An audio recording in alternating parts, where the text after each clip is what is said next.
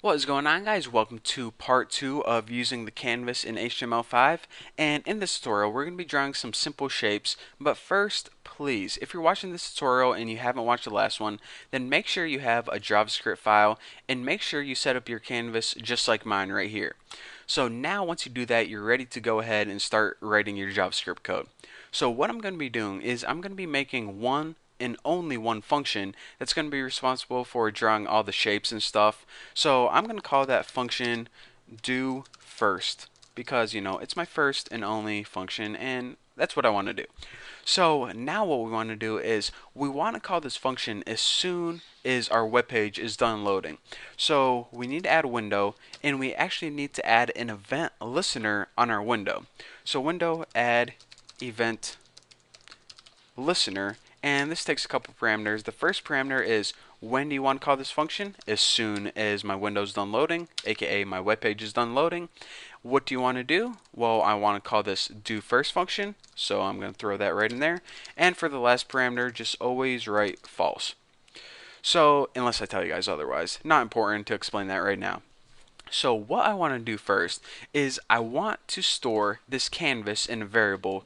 Basically, I want to be able to reference this canvas in JavaScript. So the very first thing I need to do is make a variable. I'm going to call mine x. Now, in order to reference HTML elements, you need to reference them through their ID. So that way, if we had, 10 different canvases on our web page, each one of them would hopefully have a unique ID, and we could reference them all in separate variables in JavaScript. So just write document get element by ID, and as the parameter for this, you write the ID name, which was canvas, and now the variable x basically represents this canvas right here. So I know what you're saying. You're probably saying, okay, so to make shapes on this, you write x, like a draw, circle, or something like that. Well, you're kind of right, but you're like one step ahead of me. There's one thing that we need to do first, and let me explain this. Now that they're making HTML5, they're making a bunch of awesome features that they're still in development right now. And one of the awesome things they're going to let us do is they're going to let us not only draw 2D shapes like circles and squares and triangles, but they're going to make the ability to draw 3D shapes like spheres and pyramids and cylinders.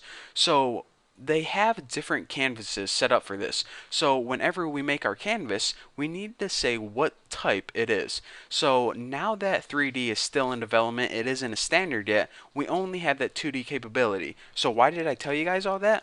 Well, whenever we set a reference to our canvas, we need to specify this is the 2D canvas. So we write the reference to our canvas, which is X, and we write get context. Now, as a parameter in here, just go ahead and write 2D. And this basically means, okay, we want to have a canvas and we want to be able to draw 2D shapes on it. So now we are ready to reference this canvas through the variable canvas and it's set up to draw 2D shapes on.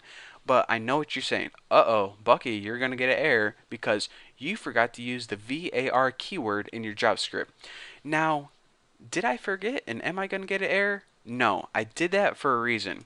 There are two different ways that you can make variables in JavaScript. You can use this keyword VAR, or you can make a variable without it. Now, it isn't like the same thing. You can just take your pick, whatever you want to do. If you're feeling lazy, just don't use it. They actually made this for a reason. Whenever you use the VAR keyword, if you remember from my beginner JavaScript tutorials, this makes it a local variable. And whenever you make a variable without the VAR keyword, this makes it a global variable. This means that you can use this canvas variable anywhere inside this JavaScript file, even outside your function right here if you want to. So the reason I didn't use that VAR is because I might use this canvas in the upcoming tutorials. So anyways, I recommend making this global. I actually recommend making all your canvases global. It's going to make it a whole lot easier. So now, with that being said, all the background information, let's go ahead and start drawing some crap on here. So in order to draw crap on your canvas, you just go ahead and reference your canvas, right like that, and there are different functions for drawing different shapes. I'm going to show you how to draw a really simple rectangle. Stroke rect.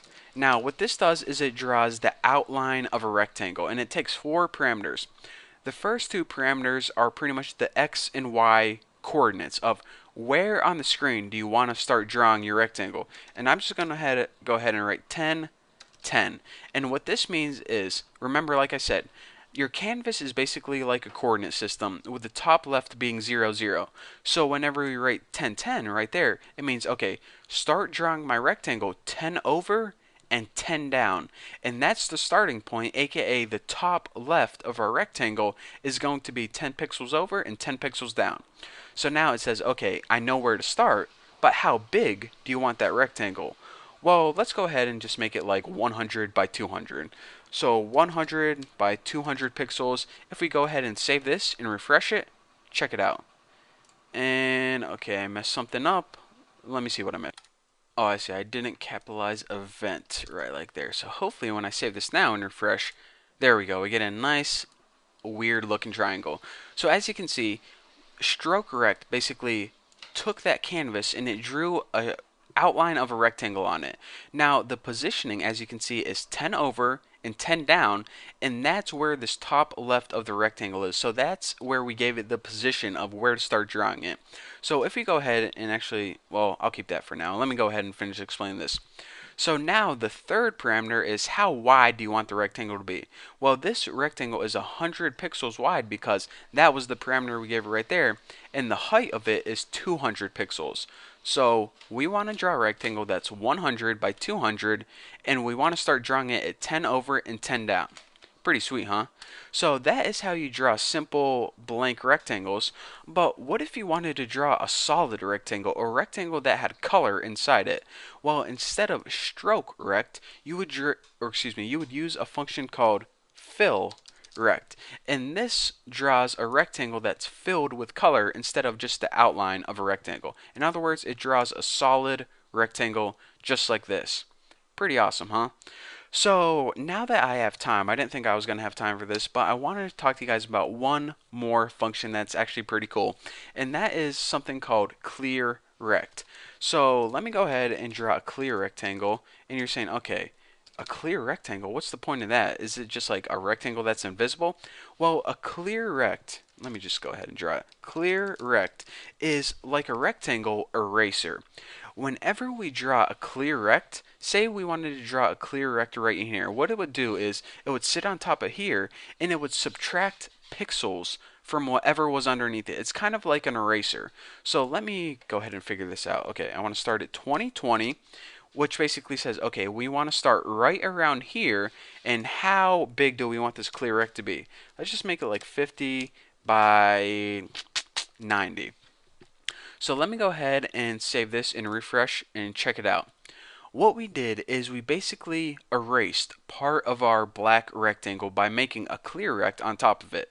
We started at 20 over, 20 down, which is right here. It's 50 wide and 90 high. Now anything that's underneath it, it's going to subtract those pixels. In other words, it's going to take a chunk out of this black rectangle.